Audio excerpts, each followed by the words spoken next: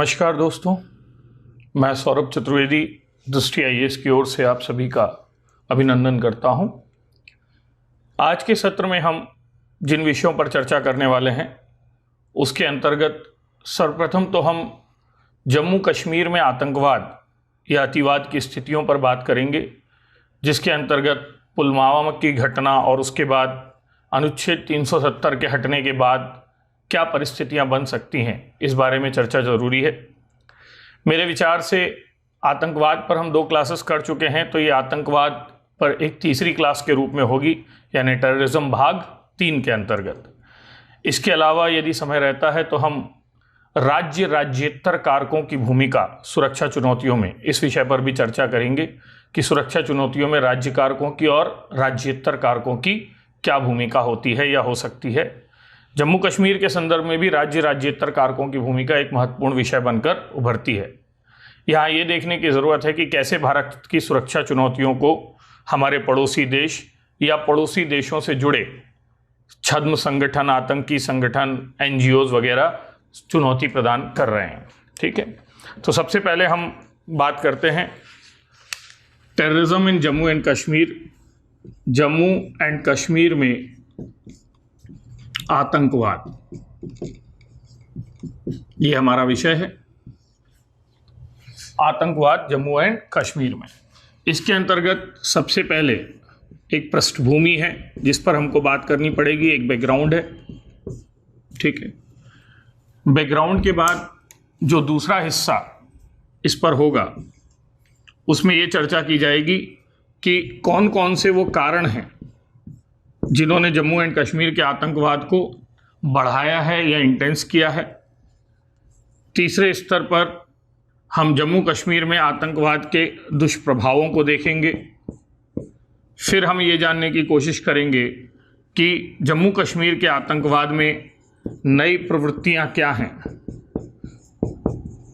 इन नई प्रवृत्तियों में टेरर अटैक्स को नए तरीके से अंजाम दिया जाना है, जैसे पुलवामा है, या हमारी रणनीति है इनसे लड़ने की।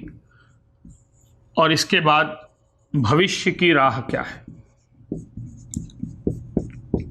इन 5 हिस्सों पर जम्मू कश्मीर के आतंकवाद पर चर्चा की जानी चाहिए। तो let us first start with the history, जिससे आप मोर और लेस परिचित होंगे। आपने कई वीडियोस में, कई क्लासेस में जम्मू कश्मीर के एकीकरण की कहानी सुनी होगी, तो मैं उसी कहानी को अपने संदर्भ में छोटे रूप में आप तक पहुंचाना चाहता हूं। ये यदि जम्मू एंड कश्मीर की वर्तमान भूगोल को दर्शाता हुआ मैप है, ठीक है, तो इसके अंतर्गत ये वाला एरिया POK कहलाता है, पाक ऑक्यूपाइड कश्मीर, और ये वाले इलाके को हम अक्साई चिन के नाम से जानते हैं। ठीक है, तकनीकी रूप से ये सारा क्षेत्र, और यहाँ पर भी ये जो क्षेत्र है ये हमारे नियंत्रण में नहीं है। तो वास्तविक स्थिति में हमारा जो नक्शा है वो कुछ इस तरीके से दिखाई देता है। यहाँ पर वो सियाचिन नामक क्षेत्र है जो दुनिया का सबसे ऊंचा युद्ध स्थल माना जाता है। POK की राजधानी मुजफ्फराबाद है, और यहीं पर हमारी सबसे ऊंची चोटी काराकोरम में K2 या गार्डविन ऑस्टिन स्थित है। ठीक है, ये वो क्षेत्र है जो हमसे 1948 में ले लिया गया, या आप कह सकते हैं कि 1948 में जब कश्मीर हमारे साथ जुड़ा तो यह क्षेत्र हमारे पास नहीं था। और ये वो क्षेत्र है जिसे 1962 की वॉर में चाइना ने हमसे छीन लिया, अक्साई चिन। दोनों के अपने अपने स्ट्रेटेजिकल इंपॉर्टेंस है। ये वो लाइन है जो 1951 के UN समझौते के बाद भारत और पाकिस्तान की सीमा बनाती है, जिसे LOC कहा जाता है, और इसे हम LOAC का नाम देते हैं, लाइन ऑफ एक्चुअल कंट्रोल, और यह है लाइन ऑफ कंट्रोल। ठीक, तो जम्मू कश्मीर की कहानी या जम्मू कश्मीर में अतिवाद की कहानी जम्मू कश्मीर के इतिहास में छुपी है। बहुत पीछे ना भी जाएं तो आपको जानकारी होगी कि फर्स्ट एंग्लो सिख वॉर में परास्त होने के बाद पंजाब राज्य को अंग्रेजों को 1.5 करोड़ रुपए का जुर्माना देना पड़ा। इस 1.5 करोड़ रुपए में से 50 लाख रुपए तो उनके पास जुर्माने के रूप में देने के लिए थे, लेकिन 1 करोड़ रुपए का उन्होंने कश्मीर बेच दिया एक व्यक्ति को जिसका नाम था गुलाब सिंह। उसके पीछे कश्मीर का इतिहास राजतरंगिणी से जान लीजिए आप। तो गुलाब सिंह, आप ये मान लीजिए कि 19th सेंचुरी के मिड में 1846-47 की ये बात है जब लाहौर की संधि होगी, और इस संधि के बाद कश्मीर गुलाब सिंह को दे दिया गया और फिर गुलाब सिंह के वंशजों का यहाँ पर शासन हुआ और ये शासन निरंतर जारी रहा। यहाँ हिंदू शासक राज करते थे, लेकिन यहाँ की बहुसंख्यक जनसंख्या जो है वो इस्लाम को मानती थी या मुस्लिम जनसंख्या थी।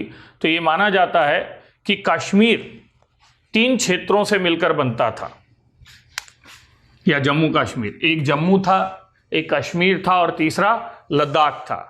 लद्दाख का क्षेत्र सबसे बड़ा था, लेकिन वहां जनसंख्या सबसे ज्यादा सीमित थी। तो जम्मू क्षेत्र में हिंदू और सिख जनसंख्या रहती थी। ये वाला इलाका है, ये जम्मू का मान लीजिए। कश्मीर क्षेत्र में मुस्लिम जनसंख्या का प्रभुत्व था और लद्दाख क्षेत्र जो 60% था, वहां 10 से 15% बौद्ध जनसंख्या रहती थी। इसलिए कश्मीर डेमोग्राफिकली एक डाइवर्स स्टेट था जिसमें मेजॉरिटी पॉपुलेशन इस्लामिक या मुसलमान थी, लेकिन उसका रूलर कौन था? हिंदू था। इतनी जानकारी को आप रखिए। इसी गुलाब सिंह के वंशज के तौर पर हरि सिंह जम्मू एंड कश्मीर में शासन कर रहे थे जिस समय भारत को आज़ादी मिली। आपको जानकारी होगी कि आज़ादी मिलने के पश्चात जो देशी रियासतें थीं उनका विलय एक एक करके भारत या पाकिस्तान में हुआ, लेकिन 3 रियासतें ऐसी थीं जिन्होंने 1947 के पहले विलय को स्वीकार नहीं किया था। उसमें एक कश्मीर थी, एक जूनागढ़ थी गुजरात में और एक हैदराबाद थी, जिनके एकीकरण की कहानी पटेल के प्रयासों की जुबानी हम सुनते हैं। तो जम्मू कश्मीर वह रियासत थी जिसका एकीकरण करने से हरि सिंह ने मना कर दिया, क्योंकि हरि सिंह एक महत्वाकांक्षी शासक था। पॉइंट 1, वह अपनी स्वतंत्र अस्तित्व को बनाए रखना चाहता था। उसे भय था कि जिस विलासिता और गौरव को वो प्राप्त करता है वो भारत से मिलकर छिन जाएगा, और जवाहरलाल नेहरू से या भारत के मेन स्ट्रीम नेताओं से हरि सिंह के रिश्ते भी कुछ बहुत अच्छे नहीं थे। और यही कारण है कि हरि सिंह ने अंग्रेजों की और भारतीय नेताओं की इस गुहार को नकार दिया कि हमें कश्मीर से या कश्मीर को भारत में मिलाया जाए। अब यहां पर दिक्कत ये होती है कि आजादी की लड़ाई के दौरान कश्मीर एक रियासत के रूप में है, लेकिन वह भारत की आजादी के साथ अपने आप को कनेक्ट करके नहीं देख रहा है, क्योंकि कश्मीरियत जो एक पहचान है वो पहचान अपने आप को भारतीय पहचान से अलग रखती है। और रही बात पाकिस्तान की, तो पाकिस्तान का विचार ही 1930s में आया। तो 1930 की शुरुआत में जब चौधरी रहमत अली ने पाकिस्तान शब्द दिया,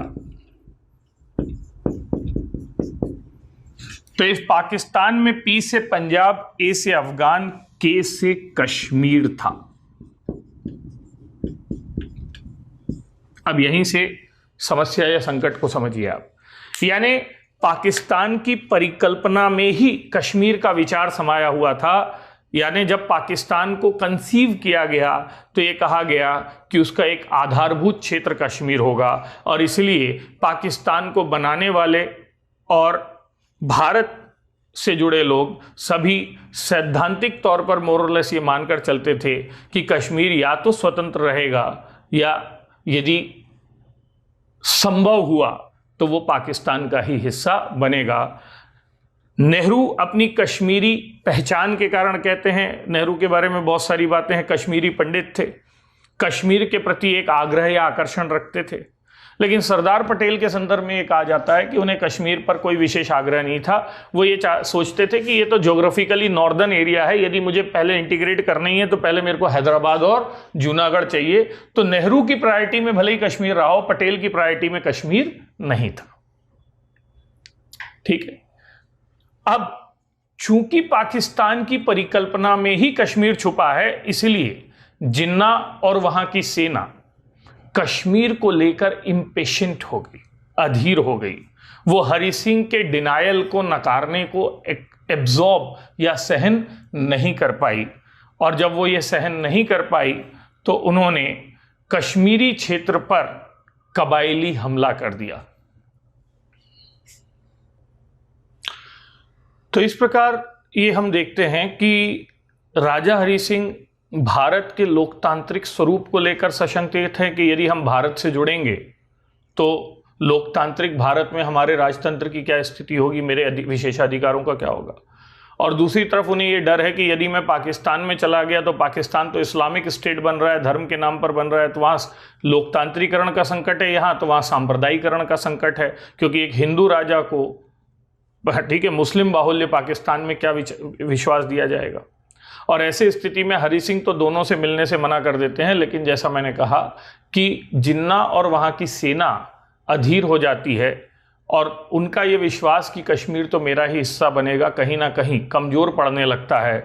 और इसीलिए आई थिंक 22 अक्टूबर 1947 को, ठीक है, अकबर खान नामक व्यक्ति के नेतृत्व में पाकिस्तान की सेना कश्मीर पर हमला कर देती है, कश्मीर रियासत पर हमला कर देती है, क्योंकि वो भारत का हिस्सा नहीं है।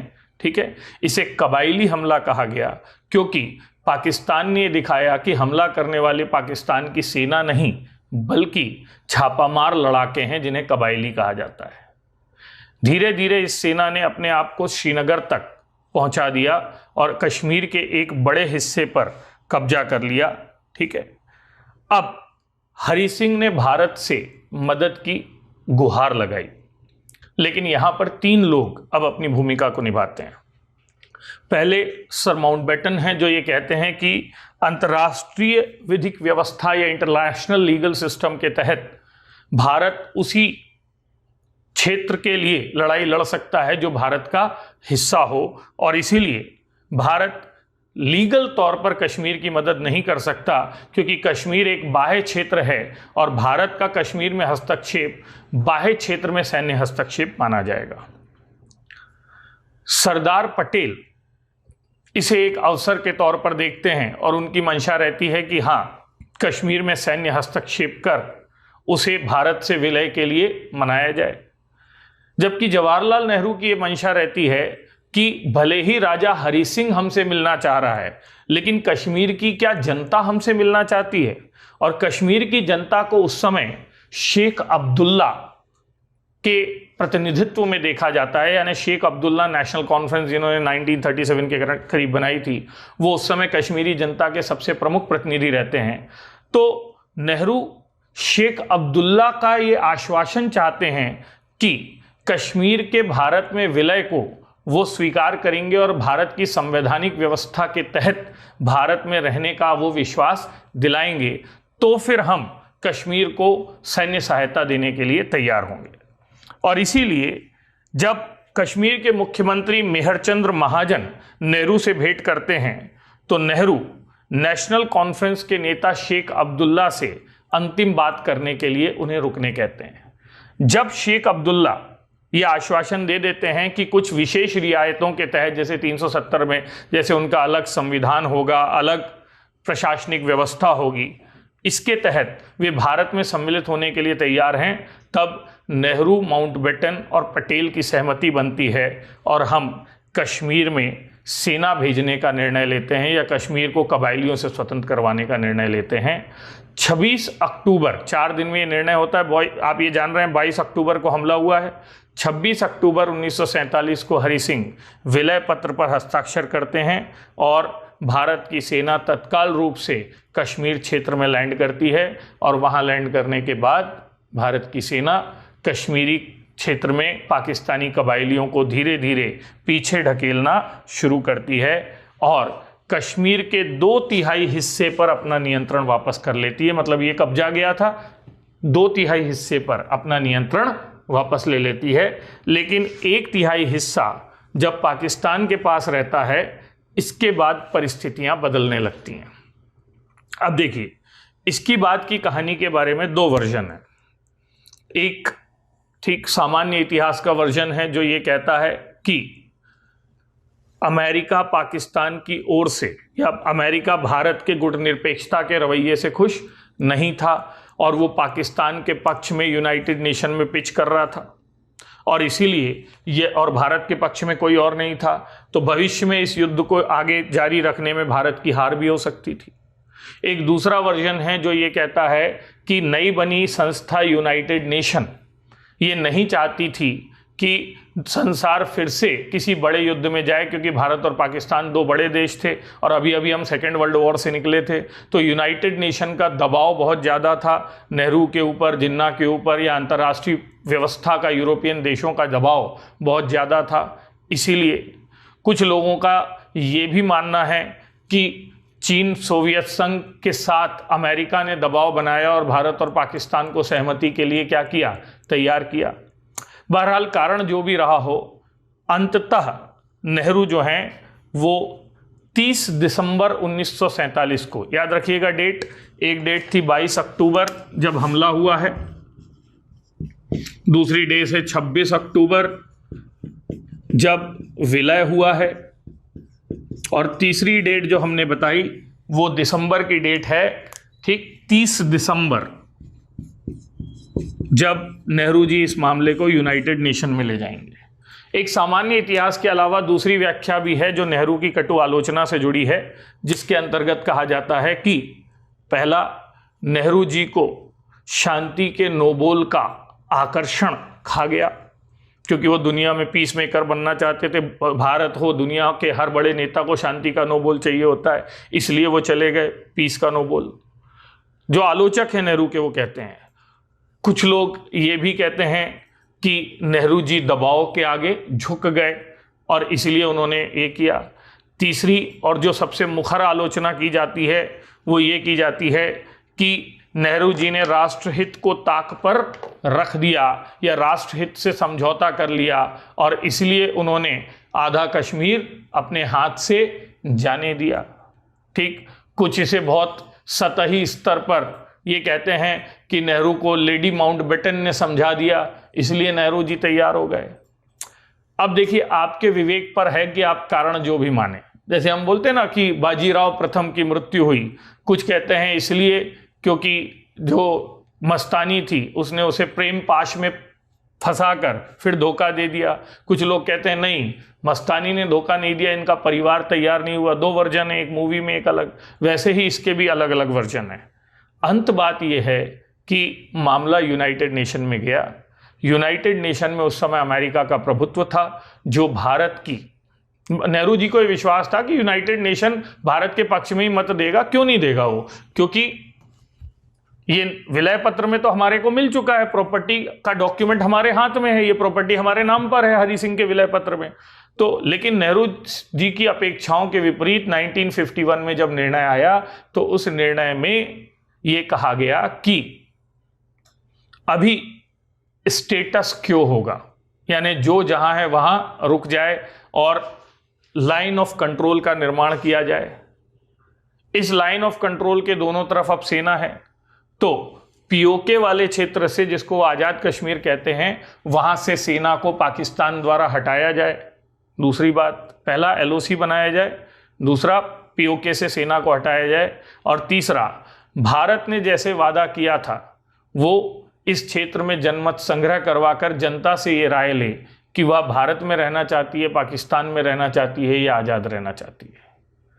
अब देखिए, ये सब जानते थे पाकिस्तान कभी यहाँ से सेना हटाएगा नहीं, तो भारत कभी जनमत संग्रह करवाएगा नहीं। तो 1951 में जो स्टेटस को बना वो स्टेटस को आज भी जारी है, और ये वाला हिस्सा अभी भी पाकिस्तान के नियंत्रण में है। भारत की सेना बार बार, भारत की संसद ने बार बार ये प्रस्ताव पारित किया है, अभी रिसेंट 2004-05 में भी किया था कि पीओके हमारा अभिन्न हिस्सा है और हम इसे लेकर रहेंगे। अब लोग आशा भरी निगाहों से मोदी जी की तरफ देख रहे हैं कि शायद वही वो व्यक्ति हों जो इस हिस्से को हमको वापस दिलवाएंगे, क्योंकि इसके पहले जो एकमात्र साहसी प्रधानमंत्री इंदिरा गांधी मानी जाती हैं, उनके बारे में ये कहा गया कि उन्होंने पाकिस्तान से बांग्लादेश बनाया, अलग किया, उनके 90,000 प्लस सैनिकों को अरेस्ट किया, वो उसके बदले में पीओके को छुड़वा सकती थीं। हालांकि इस बारे में भी अलग अलग मत हैं। इंदिरा गांधी के पक्ष वालों का ये कहना है कि वैसे ही आपने किसी का एक अंग भंग कर दिया था, अब आप दूसरे अंग को भी लेते तो हो सकता है एक स्थायी आतंकवाद, स्थायी शत्रुता या स्थायी विद्वेष हो जाता और इंटरनेशनल मंच पर भी हमारा विरोध शुरू हो जाता, इसलिए उन्होंने ऐसा नहीं किया। लेकिन इंदिरा जी के आलोचक कहते हैं कि इंदिरा ठीक जमीन पर जीती और शिमला समझौते के टेबल पर हार गईं और पीओके को वापस पाने का एक अवसर उन्होंने खो दिया। ये भी एक आलोचना होती है और इसलिए मैंने कहा कि अब मोदी जी की तरफ उम्मीद है कि शायद ये हिस्सा हमको वापस मिलेगा। इस हिस्से से जुड़ी एक मज़ेदार कहानी है, मैं आपको बताऊं। इस हिस्से में ये एक चोटी है जिसका नाम है K2 या गाडविन ऑस्टिन। एक बार मैं मेरे बेटे के साथ बैठा था, मेरे बेटे ने मुझसे पूछा, हम लोग एक मूवी देख रहे थे जिसका नाम था वर्टिकल लिमिट। ये एक मूवी है जो K2 की चढ़ाई पर है। आपकी जानकारी के लिए K2 जो है वो गाडविन ऑस्टिन वो पहाड़ी है जिस पर पर्वतारोहण सबसे कठिन माना जाता है, बिल्कुल स्टीप पहाड़ी है। तो उस मूवी को देखते हुए ठीक मेरे बच्चे ने मुझसे एक प्रश्न पूछा और यही प्रश्न मुझे लगता है कि आज भारत का हर नागरिक भारत सरकार से पूछना चाहेगा। उसने कहा कि if this peak is the highest peak of India, उसको पढ़ाया जाता है, then why the help Pakistani army और helicopter is seen there. Vertical limit में होता यह है कि उस चोटी पर चढ़ाने के लिए जब पर्वतारोहियों को एक ऊंचाई तक लेकर जाया जाता है तो उसमें पाकिस्तान का हेलीकॉप्टर होता है और वहां पर पाकिस्तान का एक मिलिट्री बेस भी दिखाया जाता है। तो मेरे बेटे ने मुझसे पूछा कि यदि ये भारत की सबसे ऊंची चोटी है तो फिर यहाँ पर पाकिस्तान का हेलीकॉप्टर और पाकिस्तान की सैन्य चौकी क्या कर रही है। यही सवाल भारत की आगे आने वाली नस्लें और वर्तमान नस्लें सरकार से पूछ रही हैं कि यदि ये हमारी सबसे ऊंची चोटी है तो ये पाकिस्तान के नियंत्रण में क्यों है, और यदि आपको लगता है ये तो हमारे नियंत्रण में कभी रही नहीं, और यदि आपको लगता है कि ये चोटी जो है अब हमारे नियंत्रण में नहीं आ सकती, तो क्यों ना हम अपनी जनता बच्चों को सही चीज़ बताएं और ये कहें कि भाई हमारी सबसे ऊंची चोटी कंचनजंगा है। कम से कम आने वाली जो पुश्तें रहेंगी, नस्लें रहेंगी, वो गलत मानचित्र और गलत तथ्यों के साथ तो बड़ी नहीं होंगी।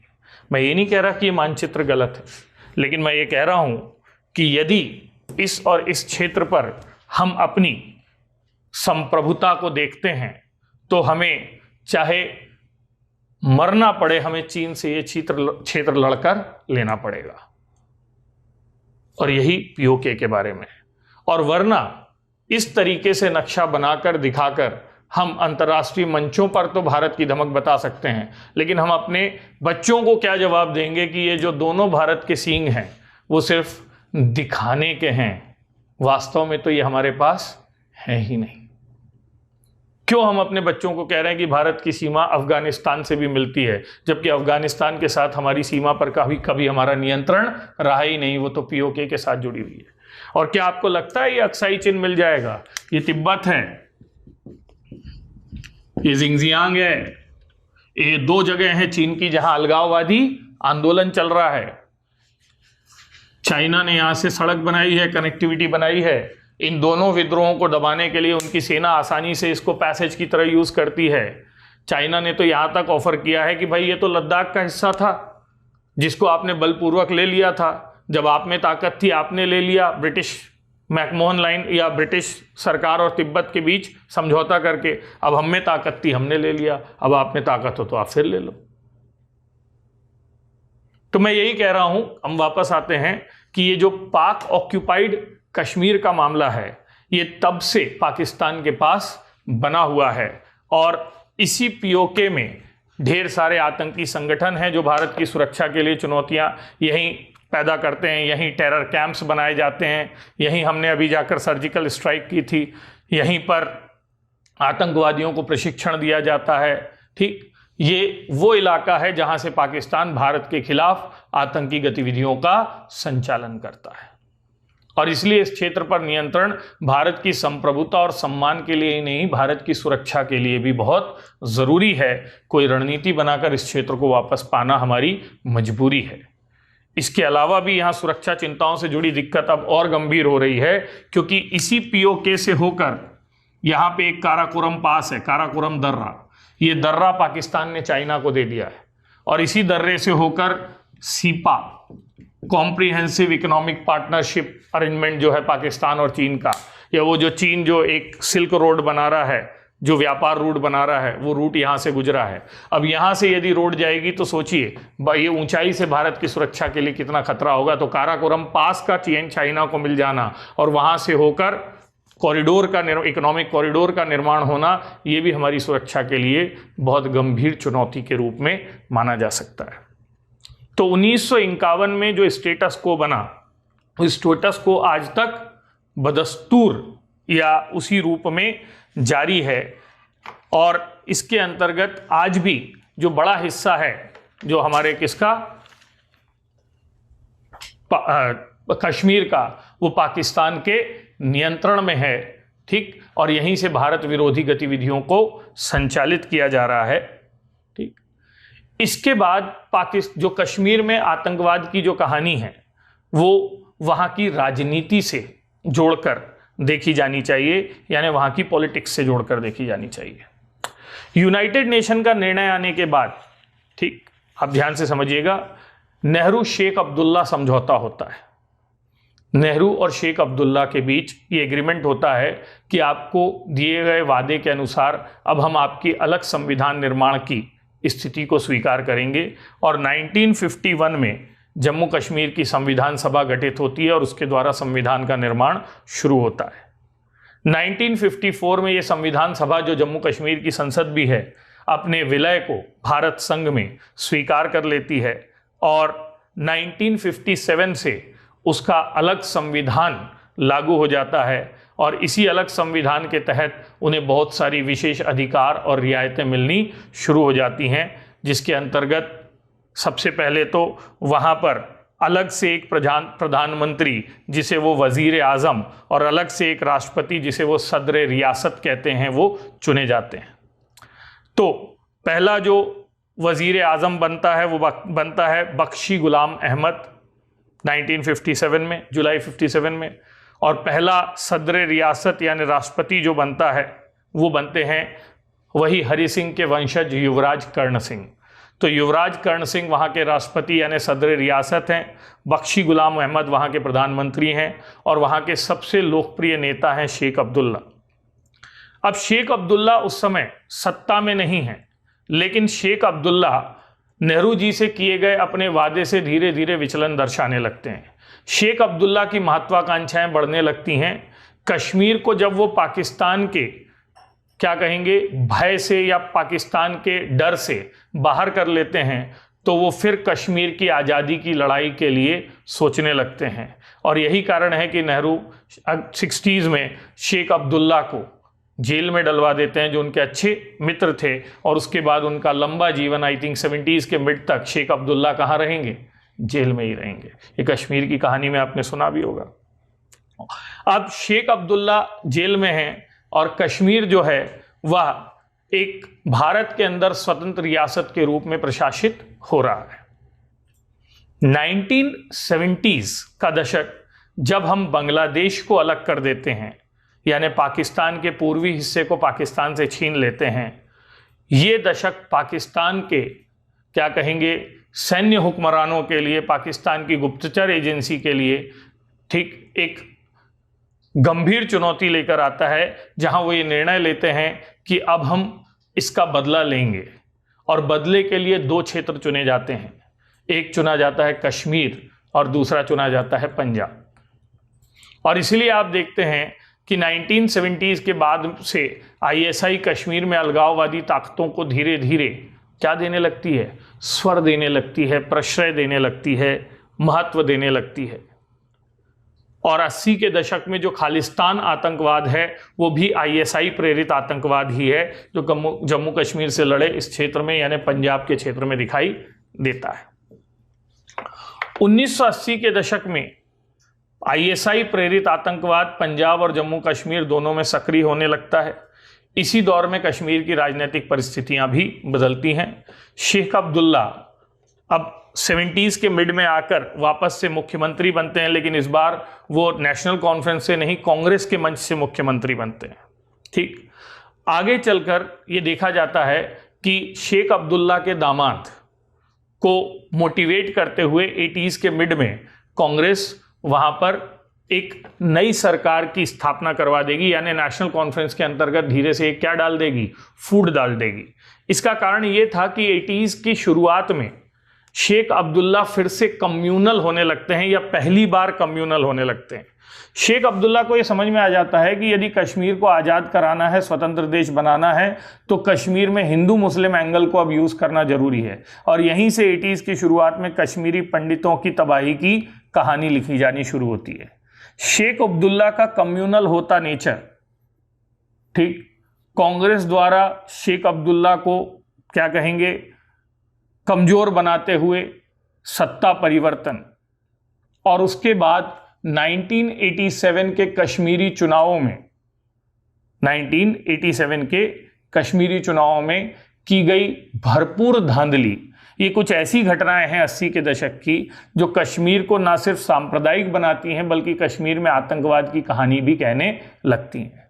1987 के चुनाव में कश्मीर में यासीन मलिक, आपने नाम सुना होगा, सैयद सलाउद्दीन जैसे कई नेताओं ने चुनाव लड़ा था, लेकिन होता यह है कि राजीव गांधी फारूक अब्दुल्ला से गठजोड़ करके अपनी सरकार बनाने के लिए गुलाम शाह अहमद, जो मतलब उनके जो पहली सरकार थी, या जो उस समय जो नेता लड़ रहे थे, उन लड़ रहे नेताओं को चुनाव से में जानबूझकर हरवा देते हैं या चुनाव से अपदस्थ करवा देते हैं, और इससे मुख्य धारा की राजनीति से विलग होकर ये लोग हथियार उठाते हैं, ऐसा कहा जाता है। और इसी के बाद कश्मीर में कश्मीरी पंडितों के नरसंहार की कहानी भी 1987 के बाद शुरू होती है, जो 90s तक जाते हुए आपको दिखती है।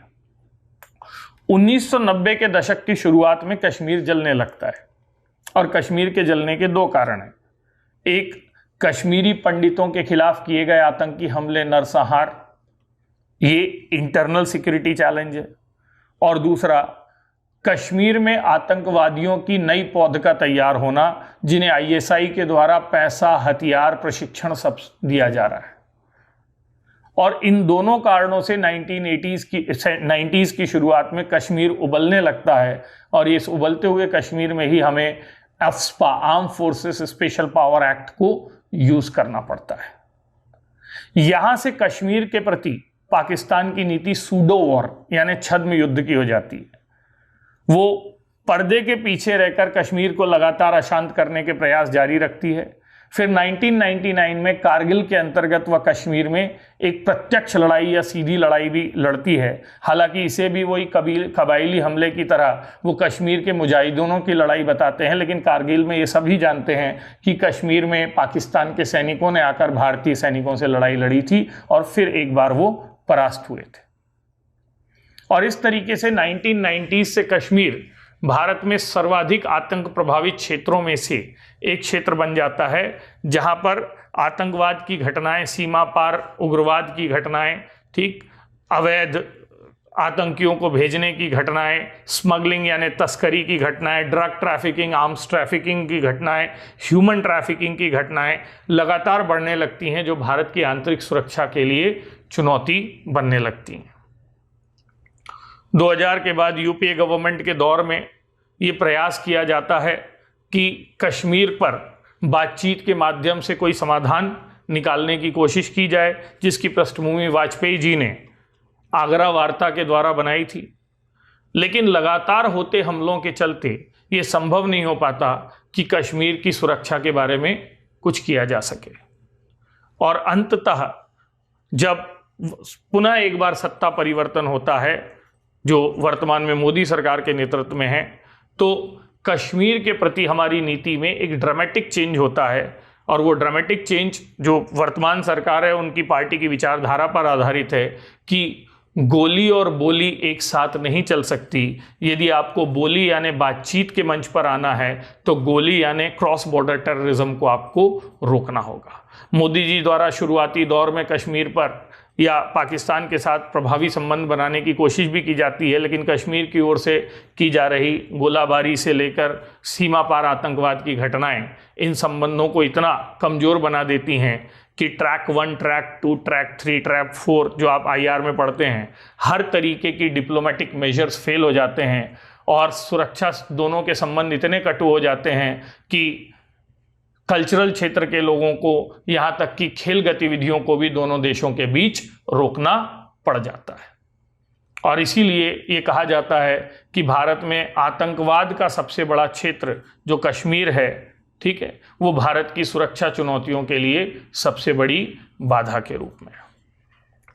अब कश्मीर के आतंकवाद में यदि पाकिस्तान की भूमिका का विश्लेषण करना हो तो मुझे लगता है कि आप इसे अलग अलग संदर्भों में बता पाएंगे कि कश्मीर के आतंकवाद को आगे बढ़ाने के लिए पाकिस्तान द्वारा पहला पैसा दिया जाता है, दूसरा प्रशिक्षण दिया जाता है, तीसरा प्रोपोगेंडा फैलाया जाता है, दुष्प्रचार किया जाता है।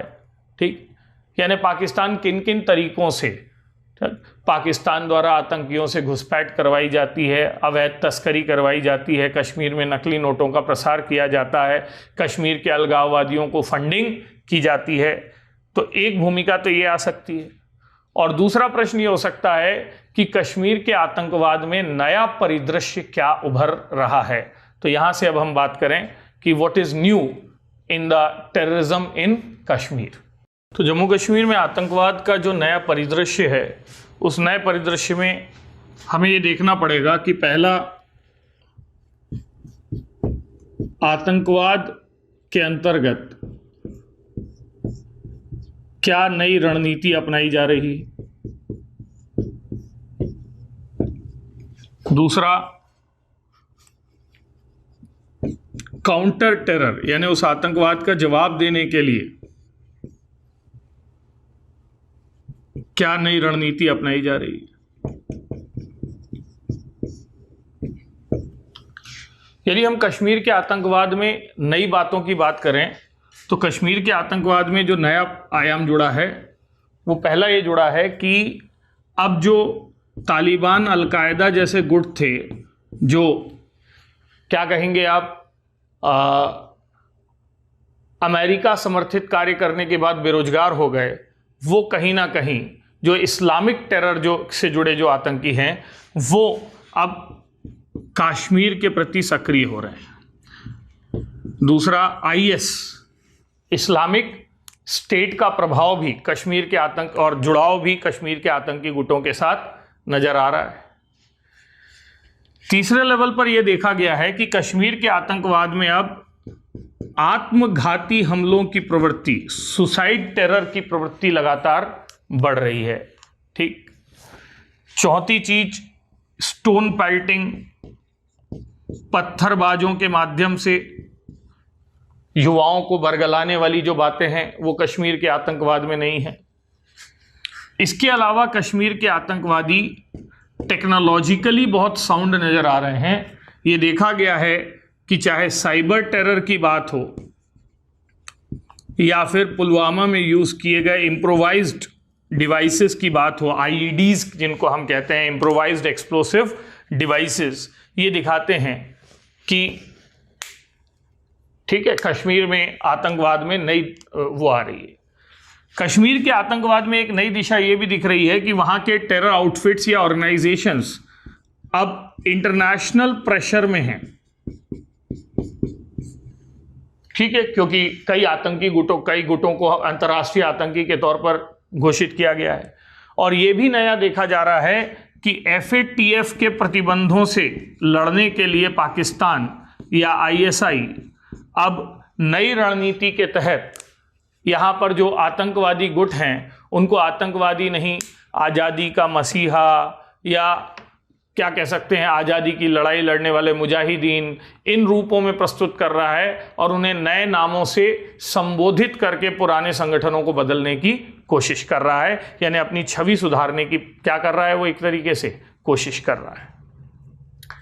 अब जब ये रणनीति है तो इससे लड़ने के लिए भारत ने भी अपनी रणनीति में क्या किया, बदलाव किया, और ये बदलाव बेसिकली पोस्ट पुलवामा देखा गया। हालांकि सच तो यह है कि उरी इंसिडेंट के बाद से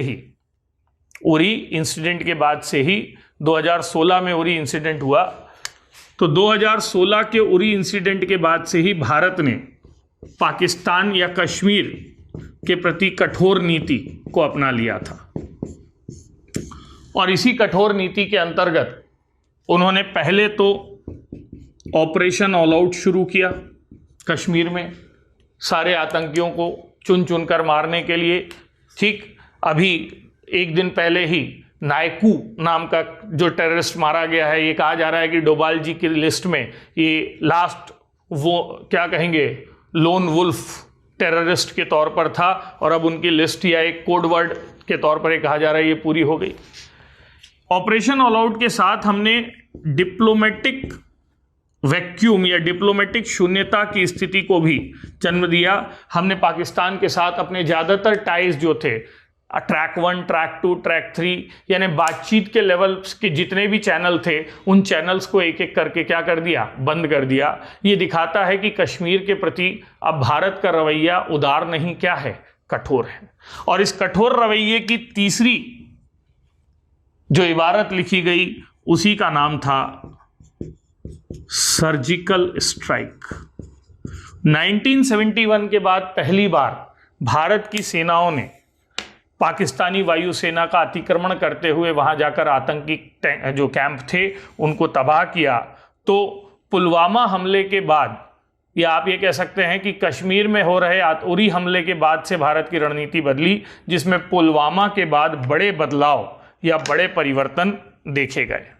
ठीक, पुलवामा हमले के एग्जैक्ट बाद भारत ने जो रणनीति अपनाई, जिसे हमने सर्जिकल स्ट्राइक कहा, और जिसके अंतर्गत LOC के अंदर हम 50 किलोमीटर या उरी से हम लगभग 80 किलोमीटर अंदर जाकर कश्मीर या POK में आतंकी क्षेत्रों पर हमला करते हैं। ठीक है, इसे बालाकोट स्ट्राइक का नाम दिया जाता है। बालाकोट वो रीजन है POK में जहां पर हमने क्या किया था, हमला किया था पुलवामा का बदला लेने के लिए। ये भारत द्वारा उठाए जा रहे कठोर कदमों या हार्ड स्टेप्स को ही दर्शाता है।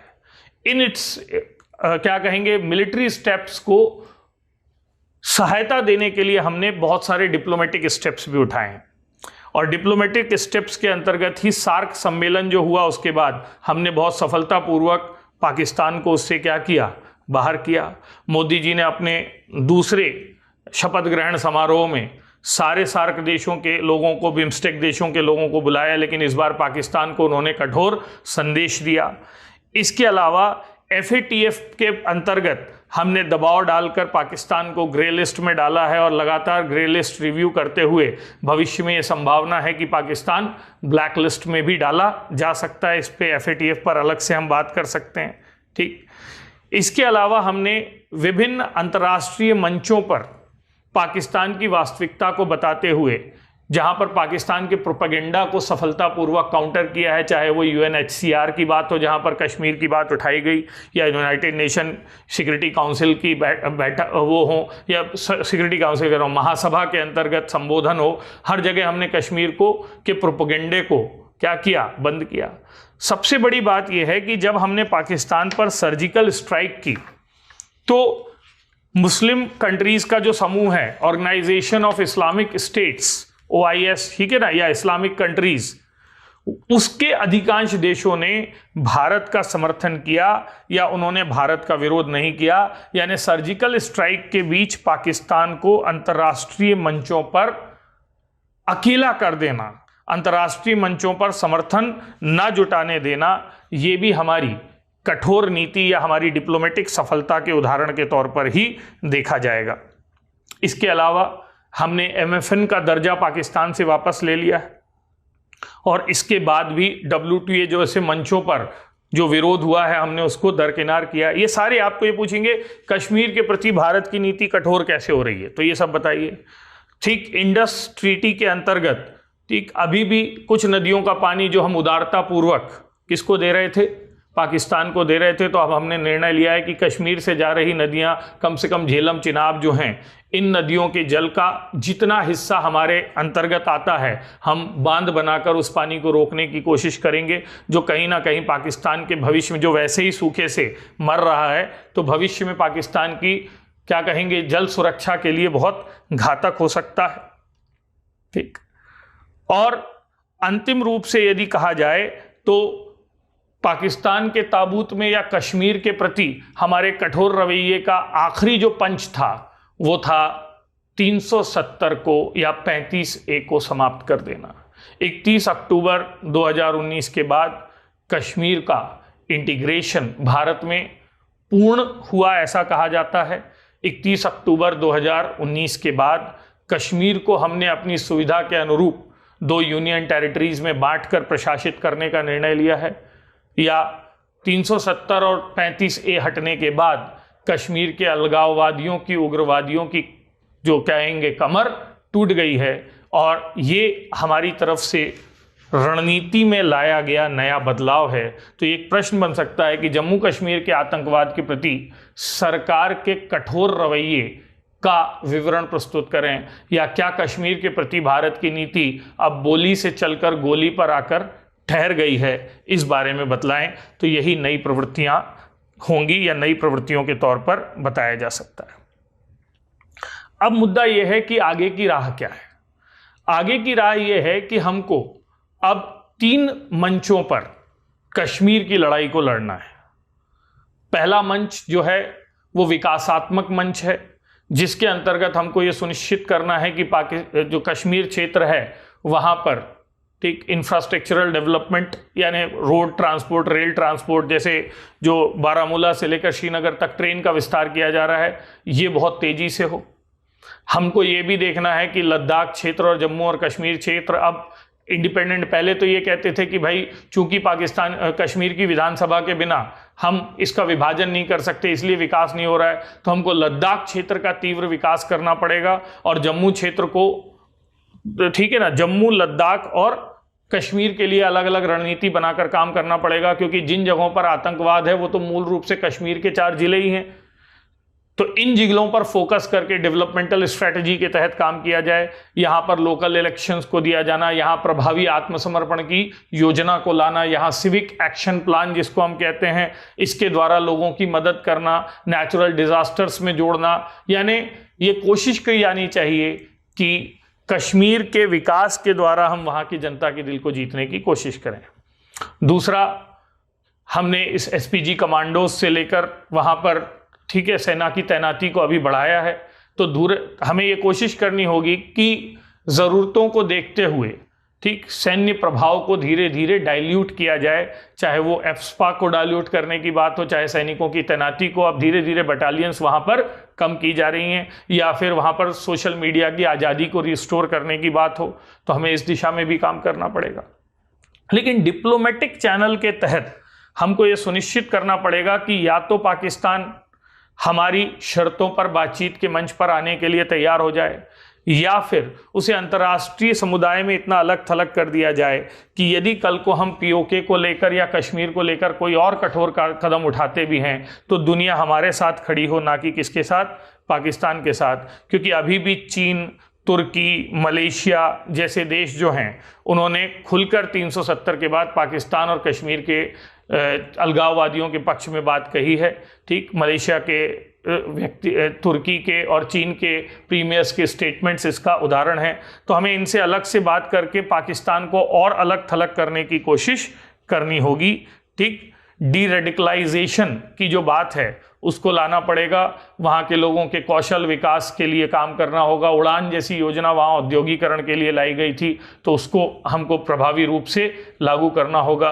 तो ये सारी चीज़ें यदि भविष्य में अपनाई जाती हैं तो फिर ये संभव है कि कश्मीर की जो आतंकवाद की समस्या है या कश्मीर में जो सुरक्षा के संकट हैं उसमें कहीं ना कहीं थोड़ी बहुत कमी को लाया जा सके। लेकिन अंतिम रूप से ये हमको समझना होगा कि कश्मीर की समस्या जो है वो सिर्फ गोली और बोली की बात तक सीमित नहीं है।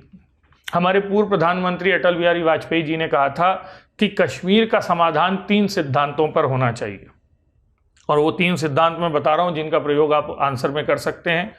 पहला कश्मीरियत, दूसरा जमहूरियत और तीसरा इंसानियत। कश्मीरियत का मतलब है कि कश्मीर भारत का अभिन्न हिस्सा होते हुए भी, जैसे भारत में नॉर्थ ईस्ट की, जैसे भारत में विभिन्न ट्राइब्स की, जैसे भारत के विभिन्न राज्यों की एक पृथक सांस्कृतिक पहचान बनी हुई है, वो सांस्कृतिक पहचान समाप्त ना हो। चाहे जम्मू का क्षेत्र हो, चाहे कश्मीर का क्षेत्र हो, हर कोई एक ऐतिहासिक विरासत को संजोता है और वो विरासत बनी रहनी चाहिए। उनकी कला, संस्कृति, ये सब बना रहना चाहिए। और इसीलिए 370 हटाने के बाद जो सस्ते एसएमएस चले थे कि अब वहाँ ज़मीन खरीद लेंगे, अब वहाँ पर लड़कियों से शादी हो सकेगी एंड सो ऑन, हमको वहाँ की डेमोग्राफी बदलने के लिए वहाँ जाकर क्या कहेंगे, तो कश्मीर में ऐसी सारी गतिविधियों को सरकार को होने से रोकना चाहिए जिससे वहाँ की जनांकिकी में परिवर्तन हो या वहाँ सांस्कृतिक आक्रमण की स्थितियां बने। ये कश्मीरियत है।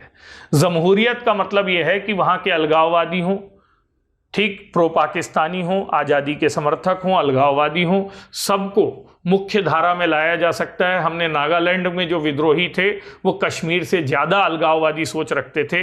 यदि हम उन्हें बातचीत के मंच पर ला सकते हैं, और वो तो बहुत लंबे समय से रखते थे, तो फिर कश्मीर के विलगाव को दूर करना बहुत बड़ी बात नहीं है। तो उन्हें समझौतों के टेबल पर लाना, उन्हें स्थानीय स्वायत्तता प्रदान करने की बात करना, या फिर उन्हें लोकल गवर्नमेंट इलेक्शन लीडरशिप को वहाँ के प्रमोट करना, ये एक स्थिति बन सकती है। मिजो मॉडल ऑफ पीस जो हमने नॉर्थ ईस्ट में बताया है वो हम कश्मीर में भी अपना सकते हैं, जिसके अंतर्गत पॉलिटिकल सेक्रीफाइस, पॉलिटिकल लीडरशिप और पॉलिटिकल विजडम, इन सब का महत्व देखा जा सकता है।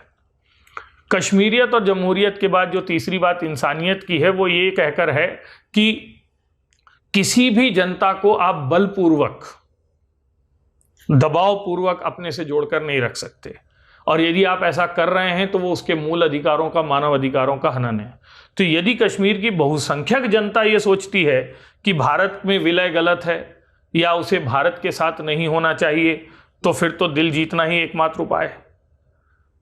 और ऐसी जनता जो भारत के साथ, भारत सरकार के साथ सहमत नहीं है, उसका विरोध करती है, तो संवैधानिक सीमाओं में, दायरों में उन्हें विरोध का अधिकार भी होना चाहिए। हर विरोध करने वाले को देशद्रोही बताकर यदि हम आफ्स्पा के तहत या कठोर कानूनों के तहत दंडित करेंगे तो ये इंसानियत का भी क्या है, उल्लंघन है। तो सरकार को ये चाहिए कि गोली के साथ साथ बीच बीच में बोली की पुचकार भी दी जाए। और इसी को कश्मीर की क्या कहेंगे हम, रणनीति में कश्मीरियत, इंसानियत और जमहूरियत के तौर पर जाना जाता है।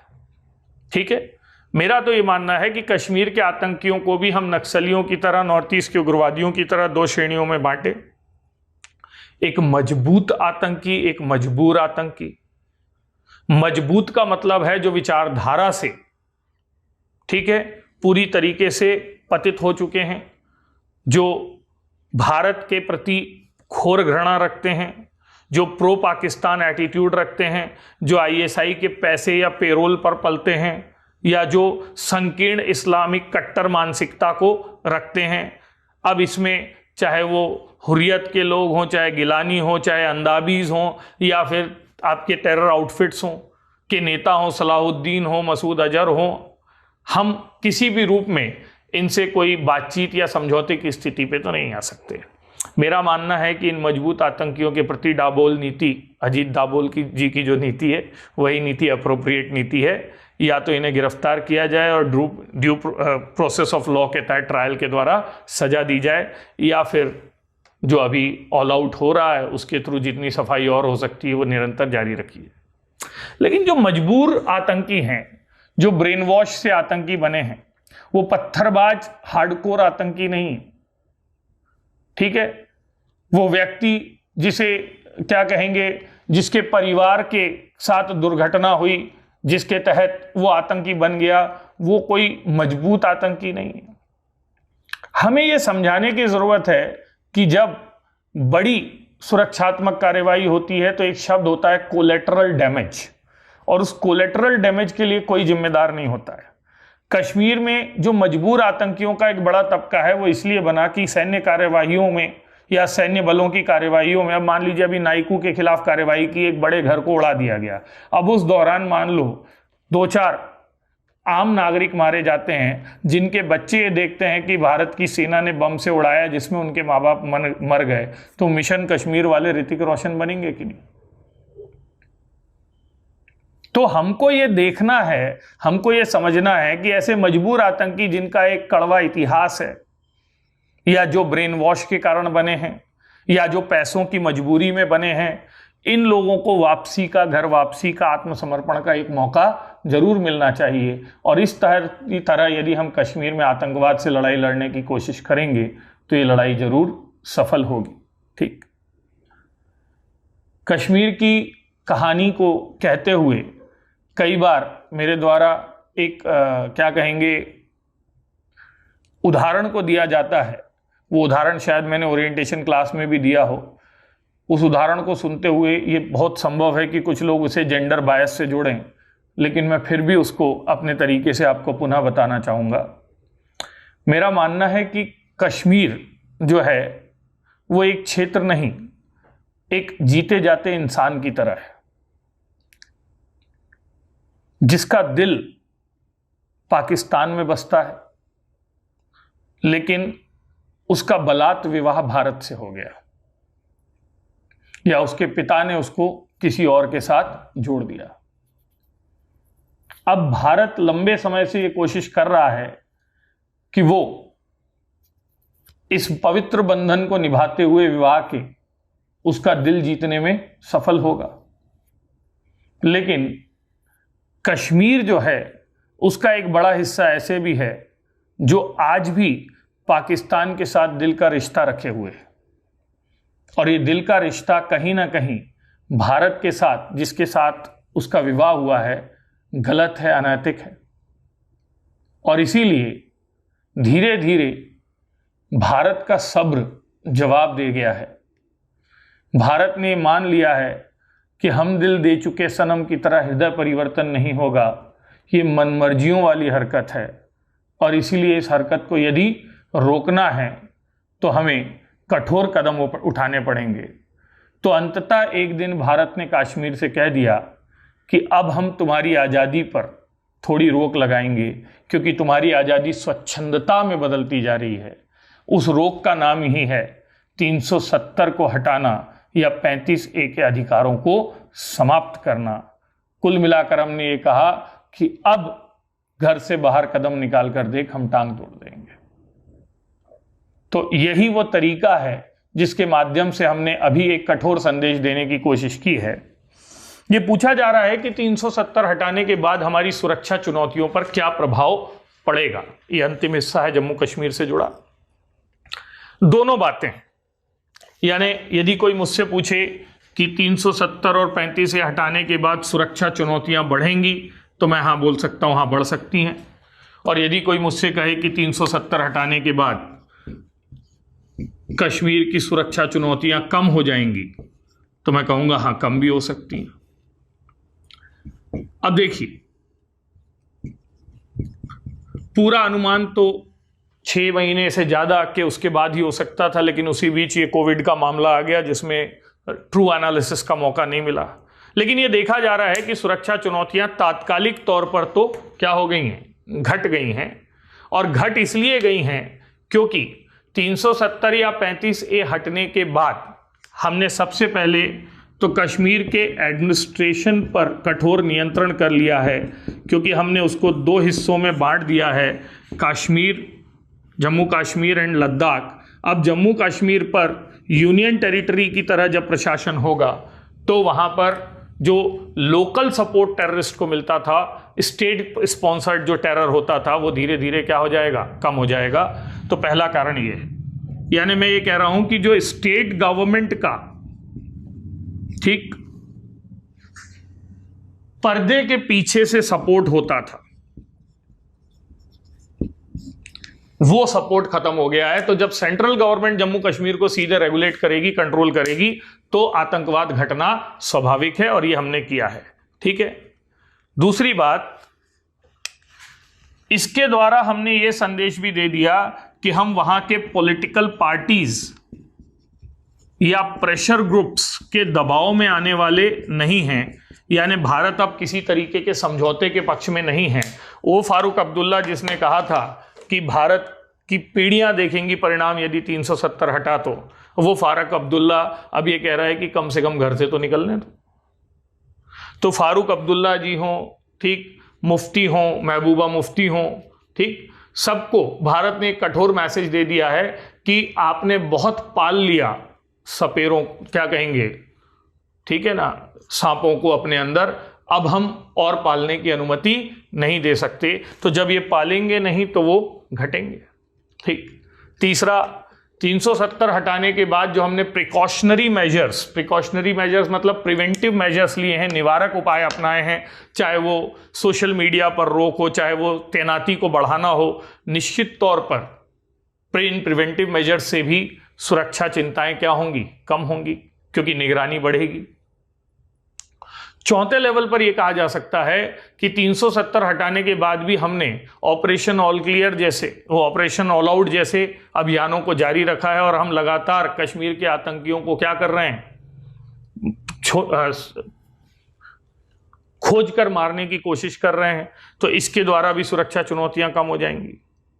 एक सबसे महत्वपूर्ण बात यह हो सकती है कि जब सीधे केंद्रीय निगरानी में काम हो रहा है तो अब सीमाएं पहले से ज्यादा सुरक्षित हैं। तो जो पाकिस्तान के रास्ते पैसा आ रहा था, आतंकी आ रहे थे, जो ट्रेनिंग के लिए लोग जा रहे थे, ये आवाजाही थोड़ी सी कम हो गई है। और इसलिए इन सब कारणों से ये कहा जा सकता है कि 370 के बाद भारत में आंतरिक सुरक्षा या कश्मीर में आतंकवाद की घटनाएं अपेक्षाकृत क्या हुई हैं, कम हुई हैं। ठीक। तो ये कठोर निगरानी की बात हो, चाहे सरकार का समर्थन खत्म हो जाने की बात हो, इन सब में देखा जा सकता है।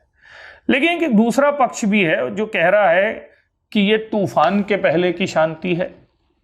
मैं डराने के लिए नहीं कह रहा, लेकिन दोनों पक्ष जानना सिविल सर्विसेज में जरूरी होता है। उसका ये कहना है कि कश्मीरी अभी इस शॉक को एब्जॉर्ब ही नहीं कर पाए हैं कि अचानक से उनका सब कुछ छीन लिया गया। जब उनको यह रियलाइज होगा तो होने वाला विद्रोह बहुत विस्फोटक होगा। तब यह बहुत संभव है कि हर घर से अफजल निकलेगा। दूसरी बात यह कही जा रही है कि कश्मीर के नेता टाइम बाय कर रहे हैं। तो पहली बात, कश्मीर की जनता अभी एब्जॉर्ब कर रही है। दूसरी बात, कश्मीर के नेता टाइम बाय कर रहे हैं। वो जानते हैं कि अभी सही समय नहीं है, लेकिन वो अपनी रणनीति बनाने में लगे हुए हैं। और इस रणनीति के तहत भविष्य में कश्मीर, जैसे ही ये जो अब्दुल्लाज हैं, मुफ्तीज हैं, हुर्रियत वाले हैं, ये नज़रबंदी से बाहर आएंगे, तो बाहर आने के बाद ये कुछ बड़ा नुकसान कर सकते हैं, जिसके लिए हमको तैयार रहने की ज़रूरत है। मौका नहीं दें तो बात अलग है। तीसरा कहना यह भी है कि अभी तो कश्मीर की जनता कनेक्टेड ही नहीं है। अभी तो कश्मीर की जनता जो है वो बहुत ज़्यादा, क्या कहेंगे, पर्दों में है। लेकिन जब ये सोशल मीडिया की बंदिशें खुलेंगी, जब आवाजाही बढ़ेगी, तो ऐसी स्थिति में सीमा पार से आतंक को आने में, सीमा पार से क्या कहेंगे, drug trafficking, arms trafficking, terrorist के आने में कोई समस्या नहीं होगी। इसलिए भविष्य में ये कहा जा सकता है कि जब रिलैक्सेशन होंगे तो बहुत संभव है कि ये आशंकाएं हैं कि ये क्या हो सकती हैं, बढ़ सकती हैं। ठीक। ये भी कहा जा रहा है कि अब पाकिस्तान न्यू स्ट्रैटेजी को बनाने के लिए काम कर रहा है। न्यू स्ट्रैटेजी का मतलब है, यानी अब पाकिस्तान कश्मीर में जब 370 था तो उसके अनुरूप अपनी स्ट्रैटेजी पे था, तो पाकिस्तान भी टाइम बाय करके न्यू स्ट्रैटेजी को डिराइव कर रहा है, जिसमें वो चाइना को साथ लेने की कोशिश कर रहा है, जिससे कश्मीर में आतंकवाद को नए तरीके से क्या किया जा सके, परिभाषित किया जा सके। ये भी संभव है कि पाकिस्तान इस्लामिक गुटों का एक ऐसा मंच बना ले जो कश्मीर में भारत द्वारा किए गए 370 के अबॉलिशन के लिए ठीक अलग अलग मंचों पर गुहार लगाए या अलग अलग मंचों पर कार्य करे, तो डिप्लोमेटिक लेवल पर भी भविष्य में हमारे लिए चुनौतियां खड़ी हो सकती हैं, क्योंकि अंतर्राष्ट्रीय कूटनीति में कोई स्थायी मित्र नहीं होता। कल को मान लीजिए अमेरिका के हित, सोवियत संघ के हित, चीन के हित भारत नहीं पाकिस्तान के पक्ष में हो जाते हैं। अफगानिस्तान में ऐसा कुछ हो जाता है कि अमेरिका को पाकिस्तान की जरूरत पड़ जाए तो अमेरिका का तो इतिहास है डिच करने का, वो फिर से भारत को छोड़कर पाकिस्तान की गोदी में बैठ जाएगा। तो अंतर्राष्ट्रीय मंचों पर भी ये ध्यान रखने की जरूरत है हमें कि कश्मीर के मामले को बहुत मुखर रूप से उठाया ना जा सके। ये भी कहा जा रहा है कि भविष्य में घटनाएं इसलिए बढ़ सकती हैं क्योंकि पाकिस्तान ने अभी पीओके का जो रीजन है उसे अब जैसे कश्मीर को भारत ने इंटीग्रेट कर लिया, तो पाकिस्तान भी दिखाने के लिए जो आज़ाद कश्मीर था इसे अपने प्रांत के रूप में तो रखता था, लेकिन इसकी स्वायत्ता को बनाए रखता था। तो ये कहा जा रहा है कि पाकिस्तान इस हिस्से को, जैसे भारत ने इसको पूरी तरीके से अपने में इंटीग्रेट कर लिया है, वैसे ही पाकिस्तान इस हिस्से को अपने अंदर औपचारिक रूप से समाहित कर लेगा और उसके बाद यहां पाकिस्तान की सेना की, पाकिस्तान के लोगों की, मेन स्ट्रीम के लोगों की धमक बढ़ जाएगी, जिससे फिर सीमा पार आतंकवाद की समस्याएं और गंभीर बन सकती हैं या और भी ज्यादा हो सकती हैं। तो फिर दोनों संभावनाएं हैं 370 के बाद। एक तरफ हम देखें तो संकट घट भी सकता है, जो घट रहा है हमको दिख रहा है, लेकिन यह भी कहा जा सकता है कि यू नेवर नो, फ्यूचर में यदि ये परिस्थितियां बनी रहीं तो ये संकट और बढ़ भी सकता है। एक और आशंका है, आप उससे सहमत असहमत हो सकते हैं। ये कहा जा रहा है कि कश्मीर से 370 हटाने के साथ साथ वर्तमान समय में there are series of incidents जो सही हैं या गलत हैं इससे परे, जो मुस्लिम समुदाय में अविश्वास की स्थितियों को पैदा कर रहे हैं, ठीक, या उनको ये भय पैदा कर रहे हैं कि भारत में उनकी स्थिति सुरक्षित नहीं है। इसकी शुरुआत आप कश्मीर के उससे कर सकते हैं। राम मंदिर के डिसीजन को भी इसी संदर्भ में देखा गया। उसके बाद आर्टिकल 44 यानी कॉमन सिविल कोड के लिए ट्रिपल तलाक जैसे निर्णय को प्रभावी रूप से लागू करने को भी इसी संदर्भ में देखा गया। कट्टरपंथियों के संदर्भ में मैं कह रहा हूं। और हाल ही में सीएए कानून और फिर एनआरसी की परिकल्पना इसके अंतर्गत एक चिंता पैदा कर रही है।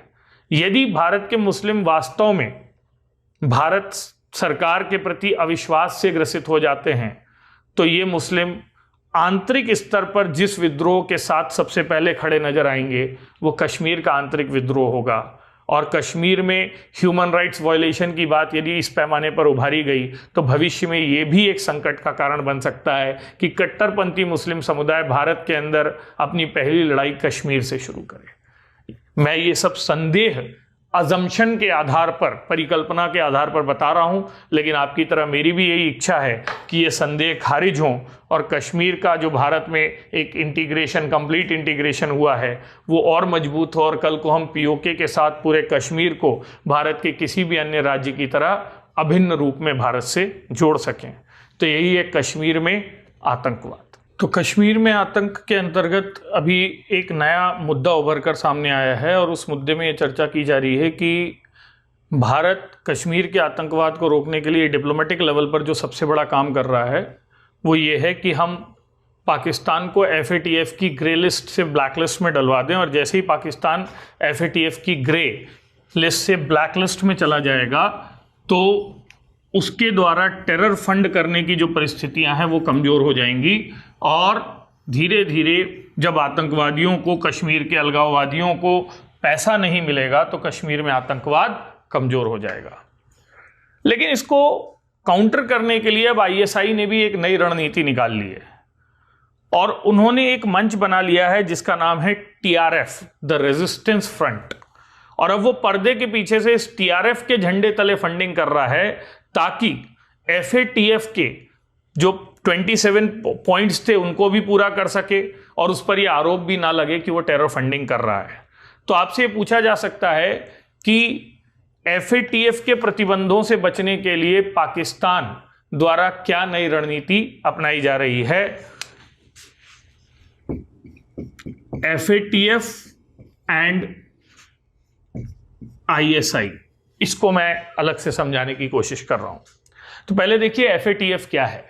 फाइनेंशियल एक्शन टास्क फोर्स या FATF 1989 के पेरिस सम्मेलन में बनाया गया एक अंतर सरकारी निकाय है,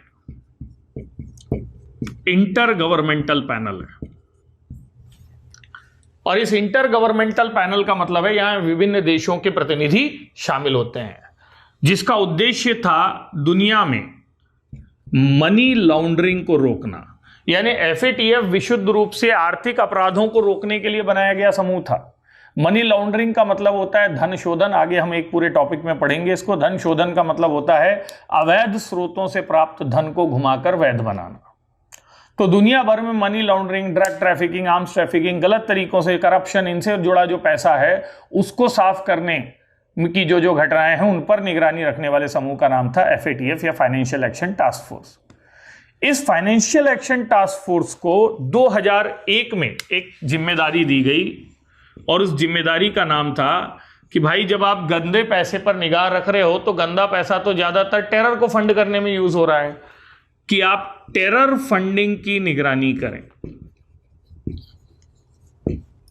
यानी आप आतंकवाद को पोषित करने वाले पैसों की निगरानी करें। आप ये देखें कि कौन कौन से देश और संगठन ऐसे हैं जो आतंकवादियों को पैसा दे रहे हैं। तो टेरर फंडिंग विजिलेंस का इसके अंतर्गत उन्हें यह अधिकार दिया गया कि जो भी देश टेरर फंडिंग करते हैं आप उन्हें 2 लिस्ट में डाल सकते हैं, एक है ग्रे लिस्ट और एक है ब्लैक लिस्ट। ग्रे लिस्ट को मॉनिटरिंग जुराडिक्शन, ठीक है, यानी निगरानी के अधिकार के तौर पर कहा गया और यह कहा गया कि इसके अंतर्गत जो देश होंगे हम उन पर निगरानी रखेंगे कि कहीं वो पैसा तो नहीं दे रहे हैं। जबकि ब्लैक लिस्ट को कॉल फॉर एक्शन कहा गया। और कॉल फॉर एक्शन का सीधा सीधा मतलब था कि ये लोग बड़े पैमाने पर टेरर फंडिंग कर रहे हैं, इसलिए इन पर सीधे कार्यवाही की जानी चाहिए। तो मुद्दा यह है कि यदि कोई देश एफएटीएफ की ग्रे लिस्ट में या ब्लैक लिस्ट में आ जाता है तो उस पर क्या कार्यवाही होती है। तो यदि कोई देश ऐसा है जो ग्रे लिस्ट में या ब्लैक लिस्ट में आता है तो पहला उस पर आर्थिक प्रतिबंध लगते हैं, यानी उसके साथ जो व्यापार है, निवेश है, ये सारी चीजें घटेंगी। दूसरा, उसकी क्रेडिट रेटिंग घटा दी जाती है। क्रेडिट रेटिंग घटाने का मतलब है कि उस देश की साख कम हो गई। और तीसरा, उस देश को जो सबसे मेन है वो ये है कि उस देश को अंतर्राष्ट्रीय वित्तीय संस्थाओं से जो पैसा या लोन मिल रहा होता है या तो उसे रोक दिया जाता है या बहुत ऊंची ब्याज दर पर मिलता है जो उसके लिए वहनीय ना हो। तो आईएमएफ है, वर्ल्ड बैंक है, एडीबी है, ये जो संस्थाएं हैं दुनिया में, ठीक, एशियन डेवलपमेंट बैंक, आजकल तो ब्रिक्स बैंक भी है, ये सारी संस्थाएं जो रहेंगी उनको महंगा लोन देंगी या फिर हम क्या कह रहे हैं उनको लोन देने से मना कर देंगी। यानी कुल मिलाकर एफएटीएफ के प्रतिबंध लागू होने के बाद देश ग्लोबलाइजेशन के इकोनॉमिक बेनिफिट्स से वंचित हो जाता है और उसकी आर्थिक स्थिति लगातार कमजोर होने की परिस्थितियां बनी रहती हैं। अब पाकिस्तान जैसा देश जो वैसे ही अरबों के कर्जे में दबा हुआ है और अपने अस्तित्व के लिए हर समय विदेशी संस्थाओं और देशों के सामने कटोरा लेके खड़ा हुआ है, उस पर यदि ये प्रतिबंध लग जाते हैं तो उसकी अर्थव्यवस्था जो चरमराई हुई है वो ध्वस्त हो जाएगी और पाकिस्तान बहुत संभव है कि दोबारा उठकर खड़ा भी ना हो पाए। और इसीलिए पाकिस्तान कई तरीकों से ये कोशिश कर रहा है कि उसे एफएटीएफ ब्लैक लिस्ट में ना जाना पड़े और संभव हो तो वो ग्रे लिस्ट से भी बाहर आ पाए। लेकिन भारत का अपनी तरफ से यह प्रयास है कि हम पाकिस्तान के खिलाफ लगातार सबूत देते हुए इस बात को साबित करें कि वो टेरर फंडिंग कर रहा है, और सच तो यही है कि वो टेरर फंडिंग कर रहा है। अब पाकिस्तान के हुक्मरानों का डायलेमा देखिए। डायलेमा यह है कि यदि वो टेरर फंडिंग करते हैं तो देश की अर्थव्यवस्था खतरे में है, लेकिन यदि वो टेरर फंडिंग नहीं करते हैं तो उनकी गद्दी खतरे में है। क्योंकि इमरान खान जैसे लोग, जिनको ये कहा जाता है कि आईएसआई की कठपुतली हैं, हाफिज सईद के दूसरे चेहरे हैं, यदि ऐसे हुक्मरान वहां पर हैं और वो टेरर फंडिंग रोक देंगे, मतलब सेना को फंडिंग रोक देंगे, तो कल को ये हो सकता है कि वहां फिर से तख्ता पलट हो जाए, फिर से सेना का शासन हो जाए। या फिर वहां सिविल वॉर छिड़ जाए, हाफिज सईद जैसे लोग सरकार के खिलाफ ही विद्रोह की घोषणा कर दें। तो इमरान खान जैसे हुक्मरानों के लिए एफएटीएफ के प्रतिबंध दोहरी तलवार की तरह हैं। यदि प्रतिबंध लगते हैं तो खाने के लाले हैं और नहीं लगते हैं तो गद्दी के लाले। अब ऐसे में उन्हें ऐसी कोई रणनीति अपनानी होगी जिससे सांप भी मर जाए, लाठी भी ना टूटे। यानी वो टेरर फंड भी जारी रखें लेकिन एफएटीएफ की बदनामी भी ना हो, ब्लैक लिस्ट में भी ना जाना पड़े। और इसीलिए पाकिस्तान, जिसे पहले 2011 में एफएटीएफ में डाला गया था, उसने तिकड़म लगाकर अपने को भारत थोड़ा सा बाहर निकाला। फिर 2015 में उसको फिर एफएटीएफ में डाला गया। आप देखिए, अमेरिका का साथ जब से छूटा है, पाकिस्तान एफएटीएफ की निरंतर निगरानी में है। जब अमेरिका का साथ था तो सैया भय कोतवाल अब डर काहे का। लेकिन 2011 में, फिर 2015 में सबसे सीवियर सैंक्शंस जो पाकिस्तान पर लगाए गए वो 2018 में जून में लगाए गए। जून में जनरली एफएटीएफ की रेगुलर मीट होती है, तो जून 2018 में एफएटीएफ ने पाकिस्तान को औपचारिक चेतावनी देते हुए 27 पॉइंट प्रोग्राम को लागू करने कहा और ये कहा कि इन 27 बिंदुओं पर कार्यवाही करके आप ये साबित कीजिए कि आपको ब्लैक लिस्ट में डाला नहीं जाए। यदि आपने एक निर्धारित समय रहते इन 27 बिंदुओं को पूरा नहीं किया तो आपको ब्लैक लिस्ट में डाल दिया जाएगा।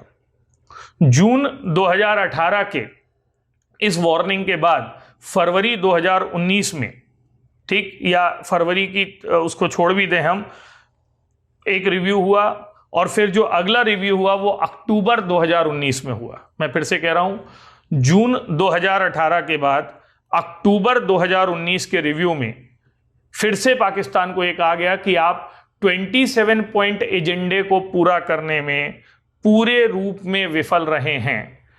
आपने इनमें से अधिकांश बिंदुओं का पालन नहीं किया है। लश्कर तैयबा, जैश ए मोहम्मद, हिजबुल मुजाहिदीन जैसे संगठनों को आप लगातार फंड कर रहे हैं, जिसके सबूत कई अंतर्राष्ट्रीय निगरानी एजेंसियों ने दिए हैं। इसलिए आप ग्रे लिस्ट में ही बने रहेंगे और भविष्य में ब्लैक लिस्ट में डाले जा सकते हैं।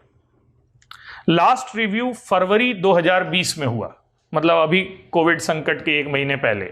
और फरवरी 2020 के रिव्यू में यह कहा गया कि 27 में से 14 बिंदुओं को तो आपने पूरा किया है, लेकिन 13 बिंदु अभी भी अधूरे रह गए हैं, तो आपको जून 2020 तक का समय दिया जा रहा है। तब तक इन 13 को पूरा कर लो, नहीं तो काली सूची में डाल देंगे। अब देखिए, यहां पर सबसे मेन बात तो यह है कि जून 18 से पाकिस्तान ने जून 20 तक खींच लिया, और जून 18 से जून 20 तक खींच लिया मतलब ग्रे में ही बना रहा, क्योंकि उसके पीछे चाइना की ताकत है। चाइना एफएटीएफ के मंच पर पूरे पिच के साथ ये कह रहा है कि पाकिस्तान आतंक को पोषित करने वाला नहीं, आतंक से प्रभावित राष्ट्र है।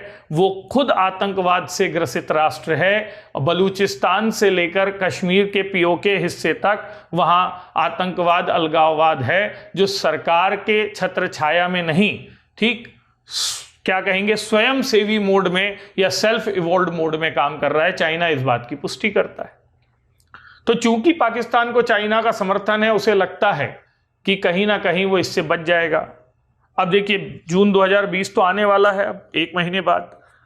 अब कुछ ऐसी परिस्थितियां बन गई हैं कि मुझे लगता है कि पाकिस्तान को एफएटीएफ से और रिलैक्सेशन मिल जाएगा।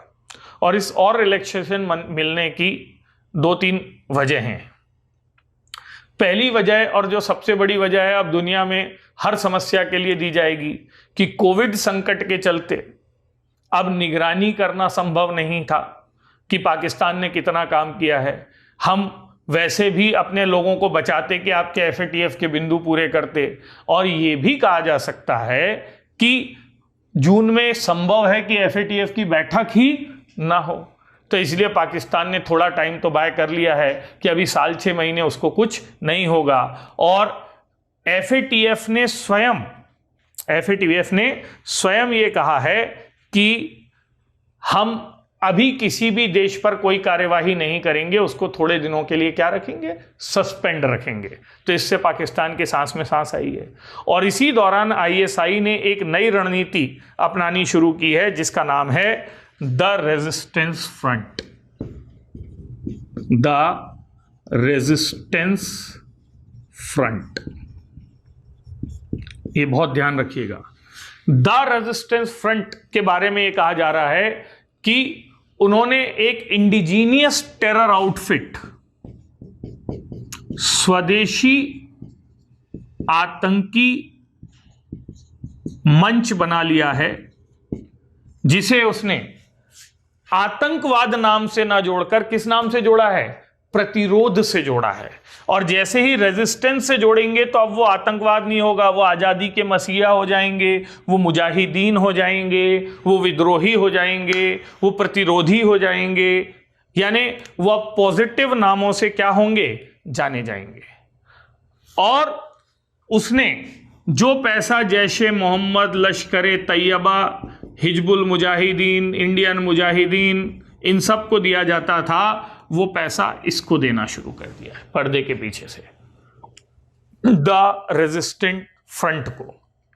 और पाकिस्तान के सरकार ने, वहां के मिनिस्ट्री ने एक औपचारिक स्टेटमेंट जारी करके ये हिजबुल मुजाहिदीन यानी इन संगठनों की आलोचना भी शुरू कर दी है कि इनके द्वारा जो भारतीय सैन्य बलों पर हमला किया गया, इनके द्वारा जो पठानकोट पर कार्रवाई की गई, हम इस तरीके की किसी भी कार्रवाई का समर्थन नहीं करते हैं। और इस तरीके से दुनिया के सामने पाकिस्तान फेस सेविंग की कोशिश कर रहा है, लेकिन पर्दे के पीछे से द रेजिस्टेंट फ्रंट नामक इंडिजीनियस टेरर आउटफिट बनाकर वो अपने फंडिंग के काम को जारी रखे हुए है। और भविष्य में ये रणनीति हो सकता है कि FATF की आंखों में धूल झोंकने में सफल हो जाए, जब चाइना भी पाकिस्तान का साथ देने के लिए तैयार है। इसीलिए तमाम उम्मीदों के बावजूद हमको बहुत ऑप्टिमिस्टिक होकर अभी सोचने की ज़रूरत नहीं है कि पाकिस्तान को काली सूची में डाल ही दिया जाएगा, बल्कि पाकिस्तान तो अब ये कोशिश में है कि उसे भूरी सूची यानी ग्रे लिस्ट से भी क्या हो जाए?